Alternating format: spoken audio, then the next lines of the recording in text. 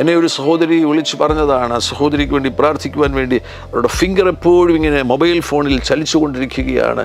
അതൊരു അഡിക്ഷനായി തീർന്നിരിക്കുന്നത്. എനിക്കിപ്പോൾ ഇങ്ങനെ കൈ ഈ ഫോണിൻ്റെ മുകളിൽ വെച്ചില്ലെന്നുണ്ടെങ്കിൽ എനിക്ക് ബുദ്ധിമുട്ടായി തീർന്നിരിക്കുന്നു. എൻ്റെ അഡിക്ഷൻ മാറുവാൻ വേണ്ടി എനിക്ക് വേണ്ടി പ്രാർത്ഥിക്കണം.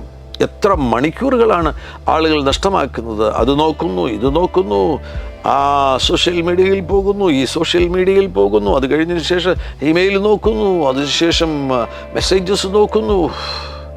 മണിക്കൂറുകൾ നഷ്ടമാക്കുകയാണ്. നിങ്ങളുടെ സമയം കാര്യമായി നല്ല ഫലം നൽകിത്തരാതെ, പ്രൊഡക്റ്റീവാകാതെ വെറുതെ നഷ്ടമാകുകയാണെങ്കിൽ, വേസ്റ്റായി പോവുകയാണ് എങ്കിൽ നിങ്ങളുടെ ജീവിതം വേസ്റ്റായി പോവുകയാണ്.